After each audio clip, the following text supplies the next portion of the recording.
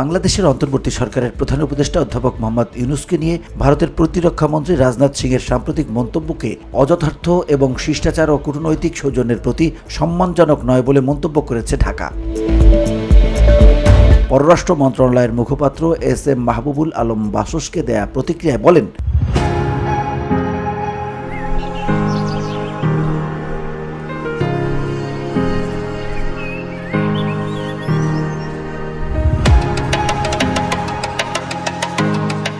আমরা মনে করি রাজনাথ সিংয়ের মন্তব্য সঠিক ও গঠনমূলক নয় এবং তার শিষ্টাচার ও কূটনৈতিক সৌজন্যের প্রতি সম্মানজনকও নয়। ভারতের নেটওয়ার্ক 18 গ্রুপের প্রধান সম্পাদক রাহুল যোশীর সঙ্গে একান্ত সাক্ষাৎকারে রাজনাথ সিং বাংলাদেশের অন্তর্বর্তী সরকারের প্রধান উপদেষ্টা অধ্যাপক মোহাম্মদ ইউনূসকে নিজের কথাবার্তায় সতর্ক থাকার পরামর্শ দেন।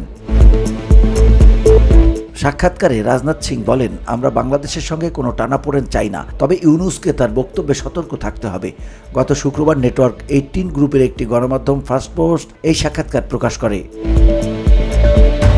এ প্রসঙ্গে পররাষ্ট্র মন্ত্রণালয়ের মুখপাত্র মাহবুবুল আলম আরও বলেন, ভারতের প্রতিরক্ষা মন্ত্রী রাজনাথ সিং বাংলাদেশের সম্মানিত প্রধান উপদেষ্টার অধ্যাপক মোহাম্মদ ইউনূস সম্পর্কে যে মন্তব্য করেছেন তা আমাদের নজরে এসেছে। তিনি আরও বলেন, ভারতের সঙ্গে বাংলাদেশ সার্বভৌম সমতা, পরস্পরের অভ্যন্তরীণ বিষয়ে হস্তক্ষেপ না করা এবং পারস্পরিক শ্রদ্ধার ভিত্তিতে পারস্পরিক লাভজনক সম্পর্ক বজায় রাখতে অঙ্গীকারবদ্ধ। VOD Bangla news desk.